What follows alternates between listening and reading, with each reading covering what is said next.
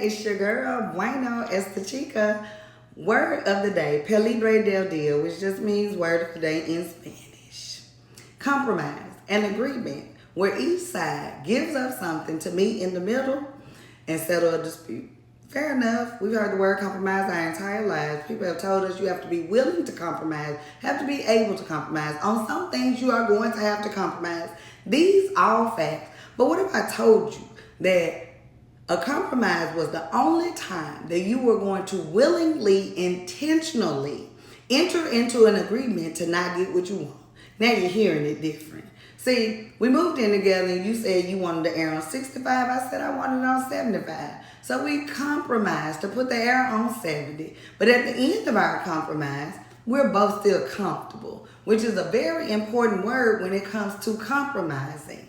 Because if you're not comfortable in your willing agreement, intentional agreement to not get what you want, it leads to discomfort and complaining. The word complaining means to show dissatisfaction, pain, hurt, and resentment in something. So you said, I believe in marriage and I want to be married. And that man said, I don't need a piece of paper to say you my wife. You my wife. God told me you was my wife. I don't need to go pay for a piece of paper from a man to say that you my wife, and you compromise. But here you are 5 years down the road complaining about your willing agreement. That lady said, I don't cook and I don't clean.